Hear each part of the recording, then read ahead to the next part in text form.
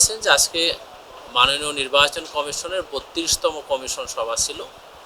এই সভার মূল এজেন্ডা ছিল চলমান ৬ষ্ঠ উপজেলা পরিষদের চতুর্থ ধাপের নির্বাচনের তফসিল নির্ধারণ এবং বিবিধ আলোচনায় ছিল আমাদের ঝিনাইদহের মাননীয় সংসদ সদস্যের মৃত্যুজনিত কারণে সেখানকার শূন্য পদে আবার নির্বাচন সংক্রান্ত তফসিল ঘোষণা।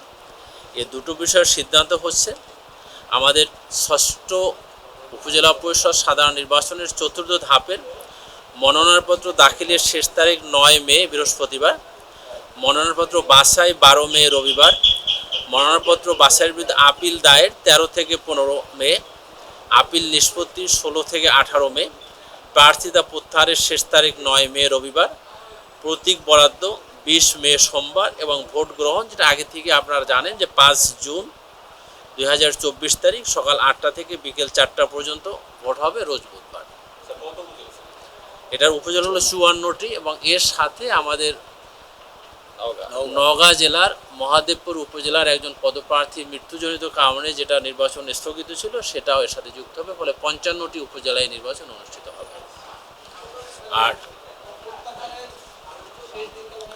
প্রত্যাহারের শেষ তারিখ হচ্ছে ১৯ মে রবিবার, প্রতীক বরাদ্দ ২০ মে এবং নির্বাচন হচ্ছে ৫ জুন।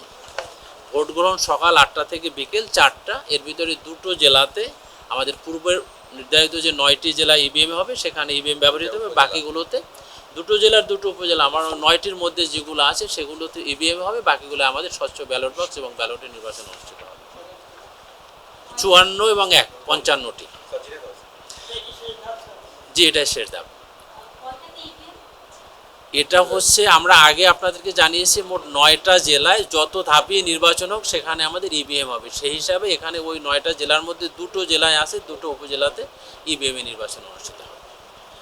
আর দ্বাদশ জাতীয় সংসদ নির্বাচনের যেটা আমাদের মৃত্যুজনিত কারণে শূন্য পদ হয়েছিল ৮১ ঝিনাইদহ ১, এটার নির্বাচনের তারিখ আমরা এই চতুর্থ ধাপের সাথে মিলিয়ে রেখেছি ৫ জুন তারিখে নির্বাচন অনুষ্ঠিত হবে। এখানে রিটার্নিং অফিসারের নিকট নির্বাচনের মনোনয়নপত্র দাখিলের শেষ তারিখ ৭ মে ২০২৪, রিটার্নিং অফিসার কর্তৃক মনোনয়নপত্র বাছাইয়ের তারিখ ৯ মে, মনোনয়নপত্র বাছাইয়ের বিরুদ্ধে আপিল দায়ের ১০ থেকে ১৪ মে, আপিল নিষ্পত্তি ১৫ মে, প্রার্থিতা প্রত্যাহারের শেষ তারিখ ১৬ মে, প্রতীক বরাদ্দ ১৭ মে এবং ইলেকশন হচ্ছে ৫ জুন। এখানে রিটার্নিং অফিসার দায়িত্ব পালন করবেন খুলনা অঞ্চলের আঞ্চলিক নির্বাচন কর্মকর্তা এবং এটা আগের মতো আমাদের ব্যালট বক্স এবং ব্যালটের মাধ্যমে ভোট গ্রহণ অনুষ্ঠিত হবে।